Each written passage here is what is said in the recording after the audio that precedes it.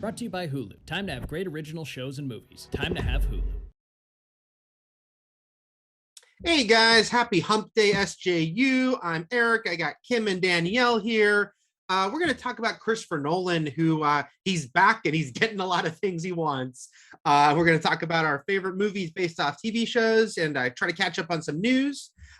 We might not have time today for, because we've got a lot to talk about, we might not have time for AMA at the end, but no matter what, please still submit your questions in the chat because we're going to prepare an all fan questions episode coming up. So we want those questions. Keep them coming. All right, guys, let us talk about Mr. Christopher Nolan, who he has a new movie coming. I mean, it's going to be a while. He's got to make the thing first, but he has a new studio for it. And that's the big deal is this guy has been tied with Warner Brothers for a long, long time. And Warner Brothers has worked hard to keep him tied to them. I remember when Interstellar was going to be just Paramount and Warner Brothers bent over backwards so that they could partner with Paramount on that movie. But he was pretty upset with Warner Brothers in the past year and the HBO Max deal and all these things going on. So he's left and Universal has snatched him up. They have the rights to his next movie. It's going to be a movie about Robert Oppenheimer and the development of the atom bomb. It's might star Cillian Murphy. There's talk who's, obviously a Nolan player. There's talk that he might be the star of it. We're going to find out. But we found out a lot about what he specifically wanted and apparently got for this to happen. And and Universal wasn't the only one in the mix. Sony apparently was. Apple apparently was coming in strong here trying to make this happen. But Universal, they got the rose from The Bachelor. And he wanted, it's $100 million budget, which is actually lower than a lot of his movies, but it's also going to be $100 million marketing, same amount. Total creative control, no shocker here. And then here's one that has raised a lot of eyebrows. The studio cannot release another movie 3 weeks before or 3 weeks after this movie comes out. He gets basically 6 weeks of Nolan alone in the Universal verse.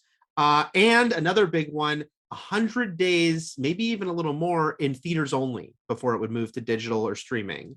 And also he gets 20% of the first dollar gross. So what do you guys think? These are some big demands. These are especially some big demands in 2021. What do you think of Mr. Nolan asking and getting all of this? It's a huge loss for Warner Brothers and the biggest gain for Universal. I'm sorry. There are a couple of studios right now that could really use this kind of bump, and Universal is definitely one of them. Obviously, they're very lucky, like they've gotten, they do have their DreamWorks, they do have their major properties, they've got their Jurassic Parks, they've got their Fast and Furiouses, but as far as like new things that are coming in to get people excited, they don't really have a lot of that. And they've had like some really significant bombs in the last couple of years. So I think that this is, I always think that people, I always think 100% creative control is a bad idea, just because I think that I love notes. Notes are good. They hurt your feelings, but they make you better. 3 weeks before and 3 weeks after, I don't think that affects them as much because they're not like, as far as their big releases go, they're not really pumping them out like that. And no one is really doing these smaller things anyway. Like they're not really doing these smaller comedies or anything like that would really be affecting them that much. They've put their hat in aside from doing their big projects. They've really thrown their hat in on animation and on musicals and stuff. So I think that 6 week period, I don't think that's going to affect them as much as what's going to bring in the prestige of having a Nolan on their roster, because again, they have these big movies, but what they have been needing is an auteur. And so now they have that. They have someone where people can point to, and Nolan's got a lot of fans. He has got a lot of like a very, very dedicated, almost, too dedicated fan base. But don't murder me. But he has a fan base who is very, they are on the Nolan team. They will follow him wherever he goes. And so this is nothing but a win for Universal. And I know that these requirements are kind of steep, but again, if you're a Universal or, especially if you would have went to Paramount or something, yeah, you just do it. You just do it. You made Cats. You just do it. What do you think, Kim? And should Nolan do his own take Cats? I mean, I'd watch it, but I don't know if it's a good idea.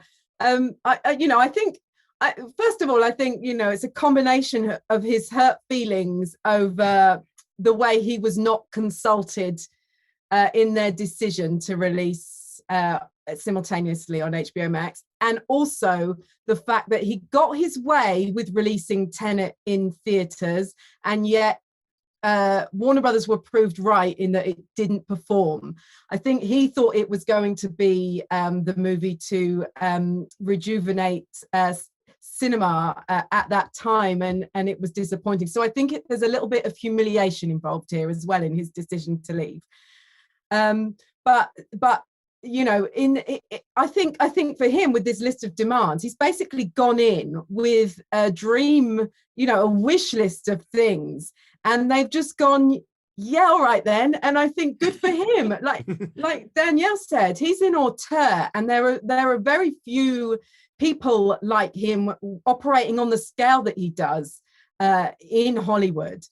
And whatever you think of his output, he's creating original, on the whole, original movies, original content, films that are cerebral and really big scale and entertaining.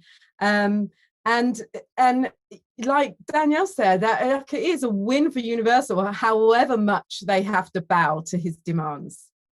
Oh, by the way, I don't know if I said this was per THR who had all this info. I think too, it's like, yeah, he is one of the few directors that people buy tickets for based on the director, because let's face it, a lot of people don't even think about who directed a movie.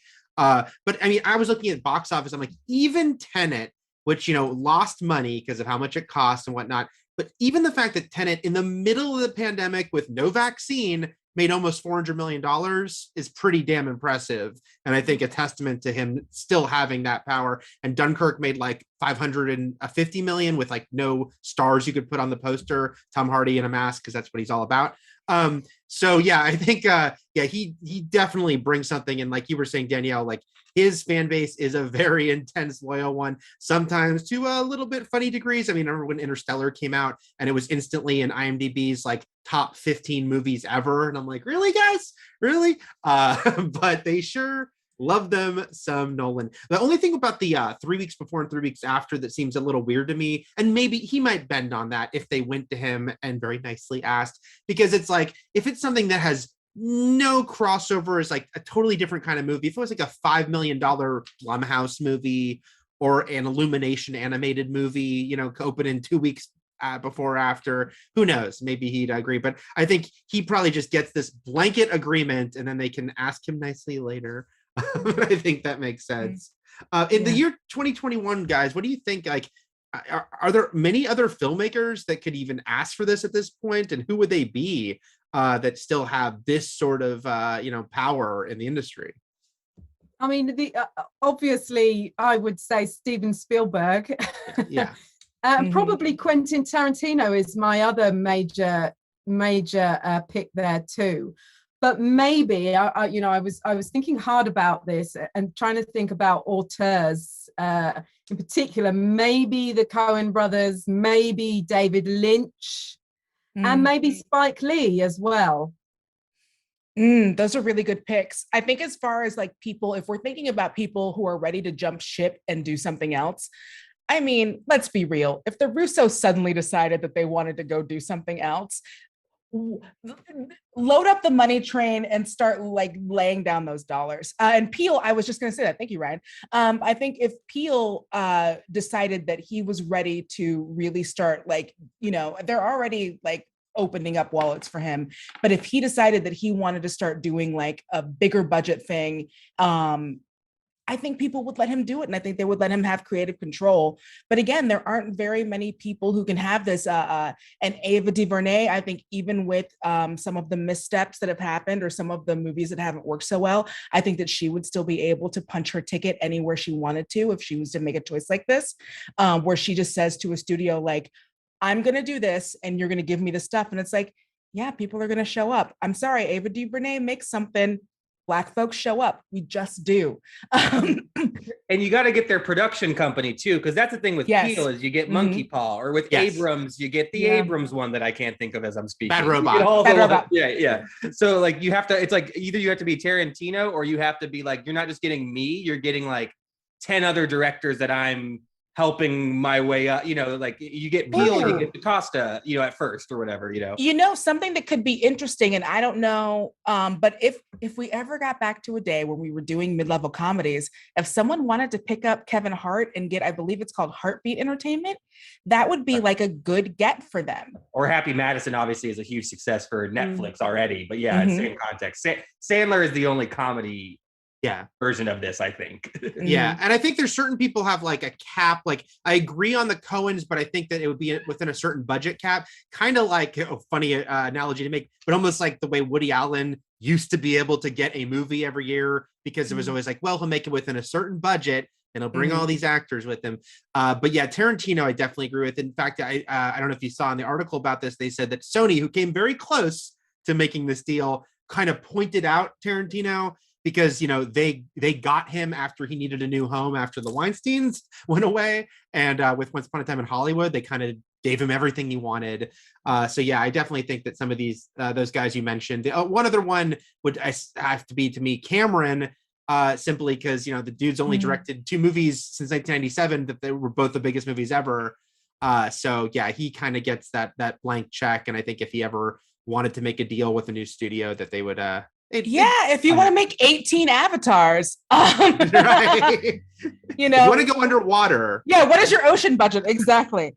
But yeah, it reminds me of, I feel like a lot of these studios are seeing some of these big deals that streaming is doing. Obviously, Lord and Miller is a great example of people who have deals. They have deals everywhere. But so they're seeing these deals that people are making on streaming and going, I have to start competing with that, because, we want to be able to open things up in theaters more as theaters are opening back up. And whether or not you agree, as the world is opening back up, they're trying to make that big check again. And not everybody necessarily has or wants a streaming service or streaming capabilities. So, yep.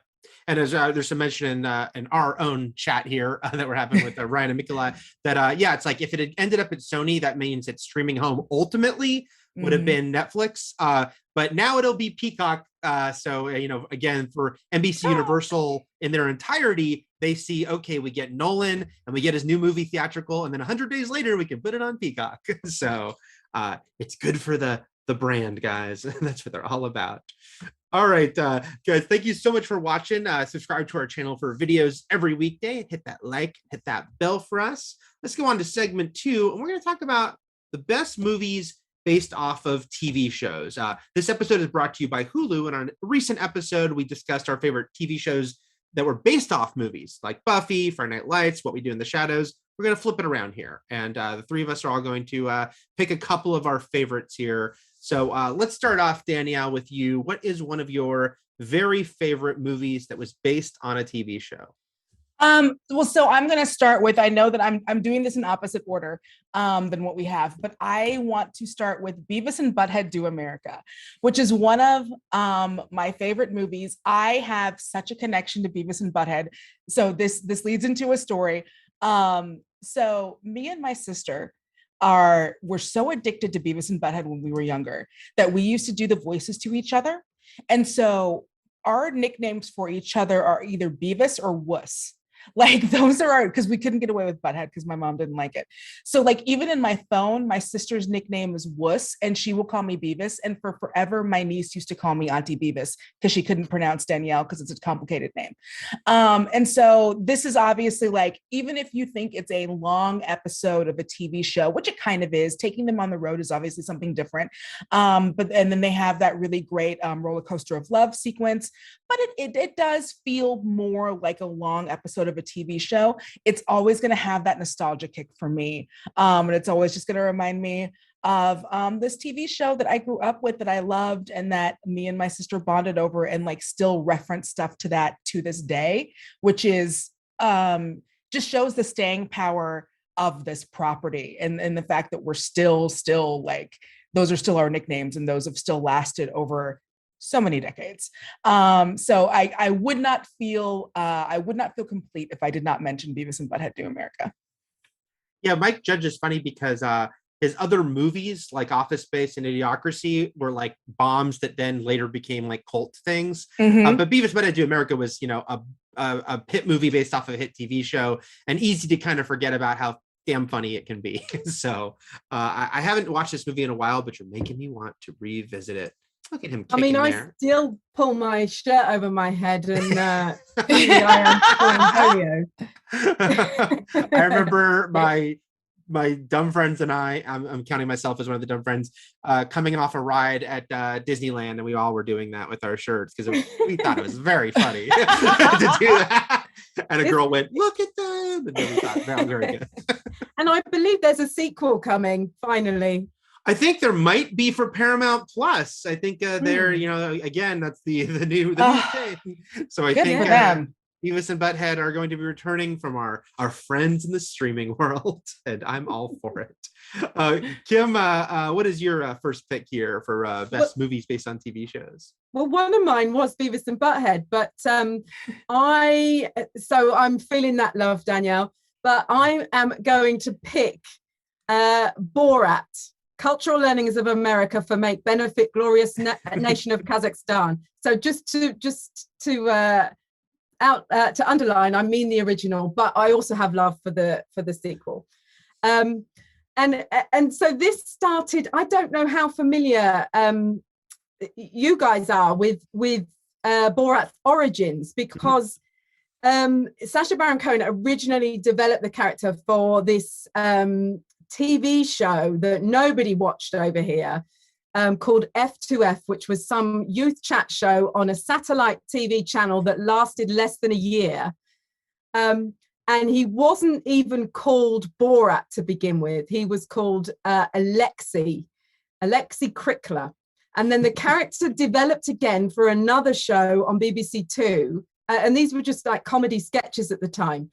And the name changed to Christo. And then finally, he became Borat. I think he first appeared as Borat in Ali G's, whatever Ali G's TV show was originally. And that we got. It was In the House. Yeah, it was, that we got on HBO. Yeah. We didn't have the earlier versions though. And yeah, so that was 2004, and then the film came out in 2006, and he became this huge phenomenon, and it's hilarious, and my favorite, I think, comedy movie ever.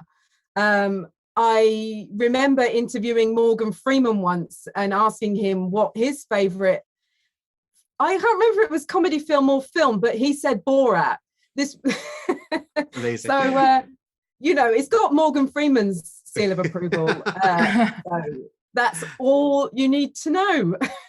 I hadn't seen Borat in a long time, and then I revisited it before the sequel, and it freaking held up. I still laughed my ass off about that one. Good to know. Yeah, I remember seeing that in theaters, and like it was one of those moments where, as a stand-up comedian, where when you get to the point where the audience is one entity and they're all like in it and invested, and they're all laughing together, and they're all like having the same reactions together, there's literally nothing like it. And watching that happen with that movie was pure chef's kiss, because the audience was definitely like, we were all on the same wavelength, we were all in tune to what was happening, and we were all laughing our asses off at like every moment that was supposed to be funny. Like every joke landed, every like little shock landed. It was really, really, it was a great experience. That's one of those ones where it was like, I wish everyone could have, I know like it also was something that blew up like later, but I wish everyone could have seen it in home and like in theaters, because it was an experience. It was like that collective laughing and cringing, right? We were all in it together. Yes, it was beautiful. So I'll do my first pick, which is, it's a sequel, but it's a sequel to a series that's all based on a TV show. So I figure it counts. So mine is Mission Impossible Ghost Protocol. Look, I am a Mission Impossible stan. I love me that Mission Impossible movies. It's like my favorite action movie series, but the fourth one's my favorite. And the fourth one, I think, for a lot of people, it's kind of when it leveled up. And it certainly is when it became the how might Tom Cruise kill himself making these movies became a thing.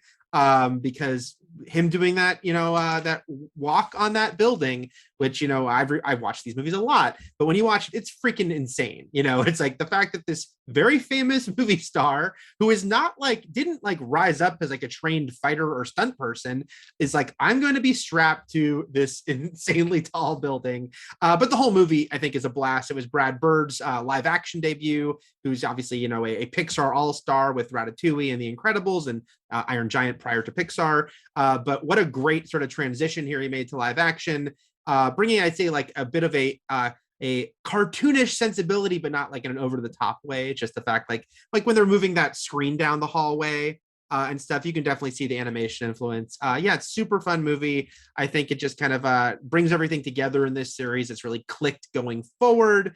And when you think about the fact that it's based on a TV show that the first movie really pissed off the fans of the TV show because it took the hero of the show and said, he's really a villain. He's a bad guy.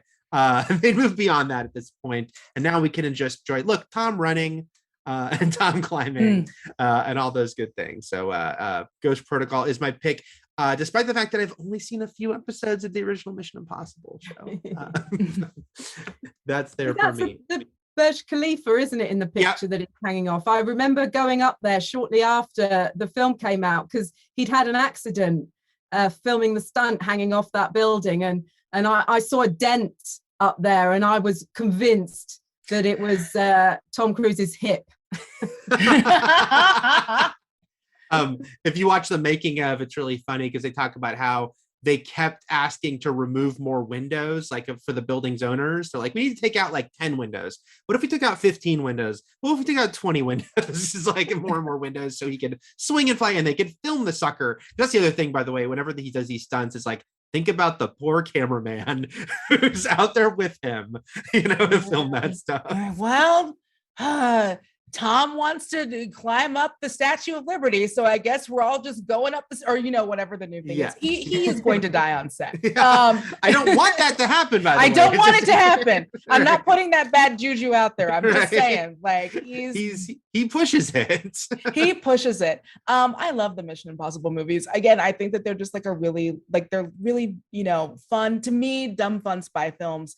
That they're great because they bridge that gap between kind of the seriousness of a Bond or a Bourne and the out balls to the wall ridiculousness of the Fast and Furious franchise. You get something that lands right in the middle, and sometimes that's what you want. And I like that they're able to kind of combine all of those elements. Yeah, agreed.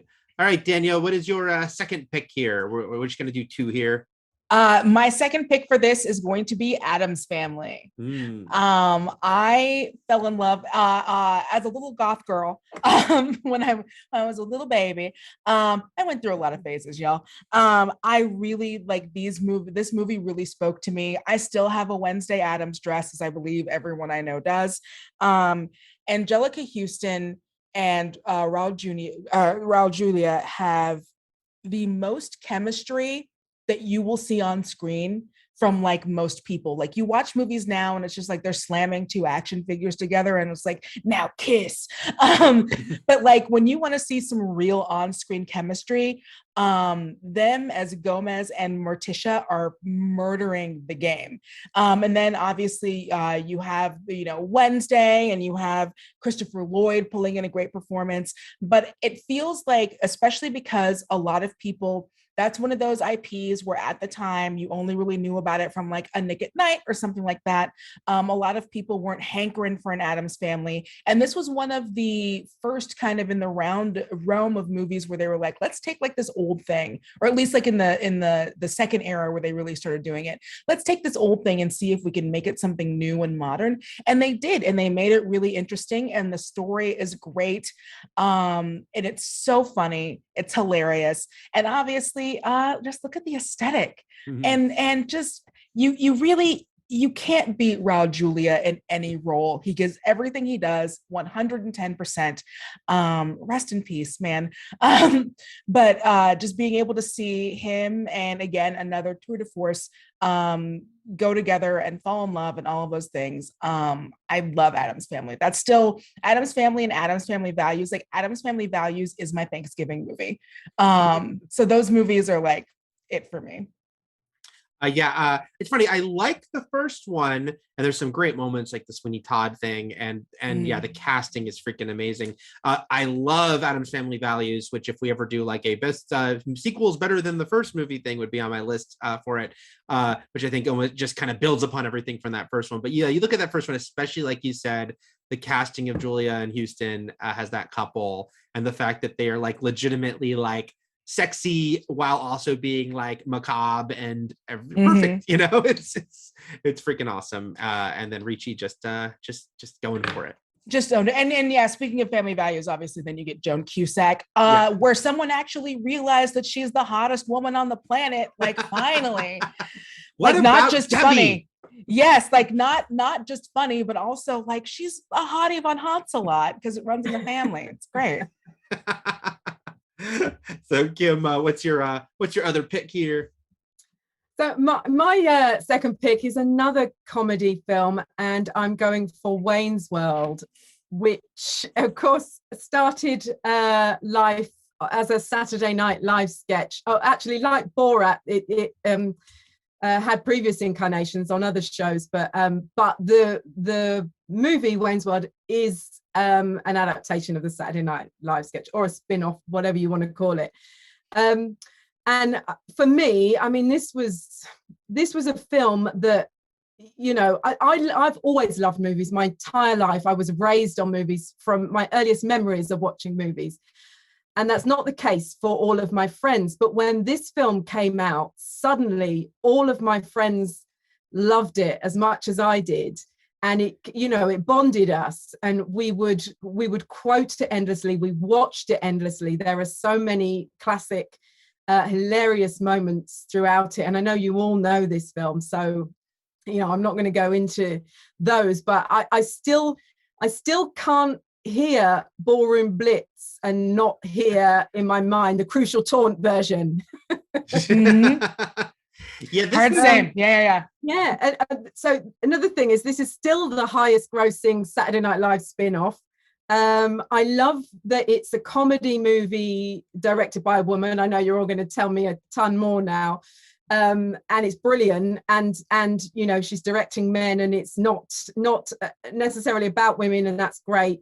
And it's Penelope Spheris, who I learned years later also directed the phenomenal documentary trilogy, The Decline of Western Civilization, about music. And then I learned, oh my God, this woman is so cool and eclectic, which made Wayne's World all the more wonderful to me. So that's me and my love affair with Wayne's World. Everyone should watch The Decline of Western Civilization, by the way. It is so good. Yeah, especially the first one.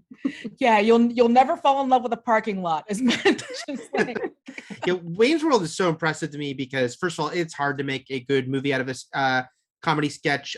There's a handful that did it, but Wayne's World certainly stands out as one of the very best. Also, if you read the behind the scenes on this movie, it's crazy because Mike Myers is a comedy genius. He's also a kind of a prickly guy, apparently. And, you know, he had a lot of tension with Dana Carvey, kind of tension over like who's kind of stealing the show. Him and Penelope Spheris apparently fought all the time.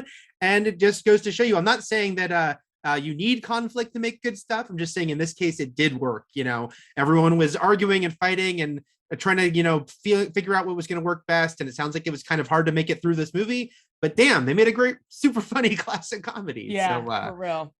And Bohemian Rhapsody, by the way, also, it's like, it's crazy to think like how this movie gave that song I'd say its second life. It would go on to have multiple lives, but at the time, like, was such a sensation that they put out a new music version of the same music video, but put in Wayne's World clips as well from it. Yeah, that was like the first time that I ever. High School Theater will never let that song die. Just No. No, that was the first time that I'd ever because I was a baby. That was the first time that I had ever heard that song was through the Wayne's World version. And you could not, when I tell y'all, you could not get away from Bohemian Rhapsody. Nope. It was playing on every MTV, your VH1s, your radio. It was literally everywhere. Like you could not turn it off. It was like the closest thing I could say now is it would be like if Bruno Mars released 3 songs in a day. You just would not be able to get away from it. Yes, it was impenetrable. It was everywhere. But yeah, thank you, Wayne's World. You're awesome. So my second pick is The Naked Gun, which some people might not know is based on a TV show, but its full title gives you the clue, because the full title of the movie is The Naked Gun from the Files of Police Squad! ! Police Squad is a very short-lived bomb of a TV show from the 80s, lasted only 6 episodes, starring Leslie Nielsen as Frank Drebin, but no one watched it. No one seemed to care, but God bless the Zucker brothers, or Abraham Zucker, I should say, for making a movie out of this failed TV show and making a huge hit movie out of it. It's a hysterical movie on its own. It's got so many quotable moments, and obviously Leslie Nielsen at the height of his Leslie Nielsen-ish, being amazing in it. But if every time they were asked, like, why did this work as a movie and not as a TV show, I agreed with what they said, which is that if you watch Police Squad, which is hysterical, by the way, there's like DVDs you can get still of the 6 episodes. It's very similar to the movie, and some of the jokes they actually lifted and repeated in the movie. But the thing is that it was kind of destined to fail because as a TV comedy, people weren't going to be watching it the same way as a movie. They weren't going to be paying attention to the sight gags in the background. They're doing stuff, you got a half-hour comedy on in the background. You're not paying attention to the wordplay and to all the visuals and the callbacks. Versus the movie. So it's just kind of really cool to see how they were able to take this thing, take all the same DNA, some of the same casting, and port it over and just be like, look, people will love this if they actually give it a chance. And they did. Yeah, it reminded me a lot of like Arrested Development, where it was like it because this was like before the days of binge watching and rewatching, where it's like I really feel like Arrested Development was like the first time where you can watch something like that and be like, oh, I missed something, and then go back and watch the whole thing and just watch for like those kind of jokes. And then Community also like is in that same vein, and this was one of the first to do it for the TV show. So it's nice that they were able to put that over into a movie. Yep. And then it's kind of a funny thing that the TV show is kind of this little strange thing out there. At some point, Paramount Plus, get that sucker on there. But it's floating out there in the ether for people to discover at some point. And the sequels are good too, but not as good as the first one. Well, O.J. Simpson of it all. Things are awkward. Before we move on, we have a few picks from the chat, some other things people are throwing out here. We'll just kind of mention quickly South Park, Bigger, Longer, and Uncut, for sure. The Star Trek movies in general, certainly, and there's a couple of them that very much jump out as gold standards here. MacGruber, which is another great SNL. If Spencer's here, MacGruber probably gets mentioned. For sure. If Spencer wasn't on PTO, that probably gets a mention. Yeah, I love MacGruber, by the way. I'm so happy that that's getting a streaming series. Someone just wrote, any kids show you loved. Kind of. Yeah, because we were talking about in chat, but that could be its whole own category. Because, I mean, pick your era of kids show. But for me, like Hey Arnold, SpongeBob, Jimmy. I guess we decided Jimmy Neutron was the movie came first, so that doesn't count. But like Rugrats, I mean, like the list goes on to depending on what. I mean, Doug the movie was huge. Save it for yourself for a future show. I know, right? Yeah, holidays are coming up, everybody. Transformers the movie from '86, which is obviously just taking the animated series and stretching out. Bumblebee when you're taking like the live action movies, because that's certainly the best of the bunch. And then Ryan would like us to make sure to mention the Jackass films. What you said about MacGruber made me realize that soon we'll be able to do a show where we can do best series based off movies based off series. Like we're getting to the point now with streaming that we're almost going to get to do a whole second layer of this where it's going to be like best movies based off a book that became a podcast on a TV show. Like it's going to be returned as a streaming series. Right. Yeah, it's all So based on the novel Sapphire by Push. Right. Yes. And we'll be like, I don't know, Hunger Games? Yeah, so I'm looking forward to that inevitable holiday episode. Before we move on, I'll ask you guys if you have any last honorable mentions, because I'll throw in here the ones that almost made the cut for me were the Brady Bunch movies and the 21 Jump Street movies, both of which took the meta approach, both of which said, okay, if we just do a straight adaptation, it'd be kind of ridiculous. Let's kind of tear the whole thing open. And I think did it really funny, clever ways. Anything else you guys would be like right up behind those two you picked? Yeah, I two non-comedies that didn't make the cut but almost did. So The Fugitive, and I never watched the original series, but when The Fugitive came out, that was huge and brilliant, and for my money, probably let's just say it, better than the TV series. And also, I loved Michael Mann's Miami Vice, which reinvented the Miami Vice series, quite gritty and moody, and I liked that probably a lot more than other people did. I will say, if only, like, I haven't gone back and watched this, so I'm sure that there's moments where I'd be like, oh, the 80s, things were bad. But they did a comedy version of Dragnet in the 80s. Oh, I like that movie too. The Virgin Penny's Whale. Virgin Penny's Whale, that I thought was really funny. It was it was Tom Hanks, back when Tom Hanks was like not super earnest and just like super funny, and Dan Aykroyd, back when Dan Aykroyd, before he started seeing aliens. And it was super funny. And I only mention this literally because there is a music rap video that you can find on YouTube. So good. And I suggest that everyone go do that once they're done watching this. It is the worst thing you will ever see. It has my entire between that and the Big Trouble in Little China song. It has my entire heart. So see that straight back. We're just in time. We have stumbled into a major crime. They got the girl off right. I can do every lyric of that song. City of Crime, everyone. Look up City of Crime. Dan Aykroyd and Tom Hanks rapping. I 100%. I just only thing I disagree with Danielle is that it's not the worst thing ever. It's the most brilliant work of art that mankind's ever. Oh, you know I love worst things ever, so I only have pleasant things to say about it. But yeah, go watch it.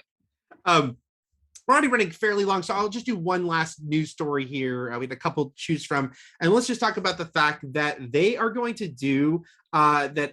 HBO Max is developing, and we know that they're working to develop spin-offs of pretty much every DC movie they do now. And we already knew about the Peacemaker is going to be first in January, but they also have this Gotham PD one that Matt Reeves is involved in that's coming off of the Batman. But surprise, surprise, there is another show spinning off of the Batman, which is a Penguin series. They are talking to Colin Farrell. He's not signed on to do it, but they want him to reprise his role from the movie. If you've seen that with his crazy makeup that makes him look like character actor Richard Kind. Okay. I know. But and Matt Reeves would be involved in this as well. It's early development. What do you guys think of the fact that there is 2 different TV shows being planned to spin off from a movie that we haven't seen yet? They must have a lot of faith in that movie, which gives me faith in the movie if they're already planning on spin-offs and all of this stuff. Gotham PD already, like, if they're doing like my Montoya, if they're giving me that stuff, then yes, give it to me, put it in my face. I want it forever. I'm not sure about a Penguin movie, but only because I know that like Penguin changes from adaptation to adaptation. So it's really going to depend on how much I love the version that's in the movie. And if they make it a prequel or whatever, I don't know. Do they somehow get Colin Farrell looking like hottie Colin Farrell in this show? I think money does a lot. So we'll see. What do you think, Kim? Of maybe it's a prequel, and he won't have to wear quite as much makeup, and he's a little bit younger. I don't know. Maybe they'll use CGI to de-age him. I don't know. I am quite intrigued by the Colin Farrell Penguin series. I'm not really interested in Gotham PD. We talked before about I loved Gotham as a series and could have watched more of that if it had continued. But if they're kind of capturing the same tone as that, then I'm in. But we'll have to see. It's so weird, isn't it, that Gotham was a TV show in our very recent history that was both about Gotham, the police department, and about the Penguin, and now it's like just two different TV shows covering that same thing. Adam Holbert does mention, why is WB desperate to make a Penguin series? He mentions that Colin Farrell says his character has a pretty short amount of screen time in the Batman. So what do you think, guys? Do they just like those dailies so much, or does it just seem like let's do the Penguin? Yeah, I and maybe they feel like there's more to explore, but more than likely it's like, let's open up our wallets, let's have this thing happen, let's capitalize off of it. And it might be that because he's in there so little, he's the only character where it makes sense to expand on the story more, instead of like other characters that are in the movie, and so they could easily see an on-ramp for that. Right. Yeah, it'll be interesting. I mean, look, I'm psyched for this movie, but I hope it's good, considering their long-term investment in it. They can always pull the plug. Yeah. Yes, that's true. Or it just suddenly it does become one show, and it basically is Gotham remade in the Reeves verse, Kim. Yes, all the things happen again. Well, guys, that's it for our show for today. Thank you for joining. Thank you, Danielle and Kim. We'll be back with more. Thanks, guys. Take care. This episode was brought to you by Hulu.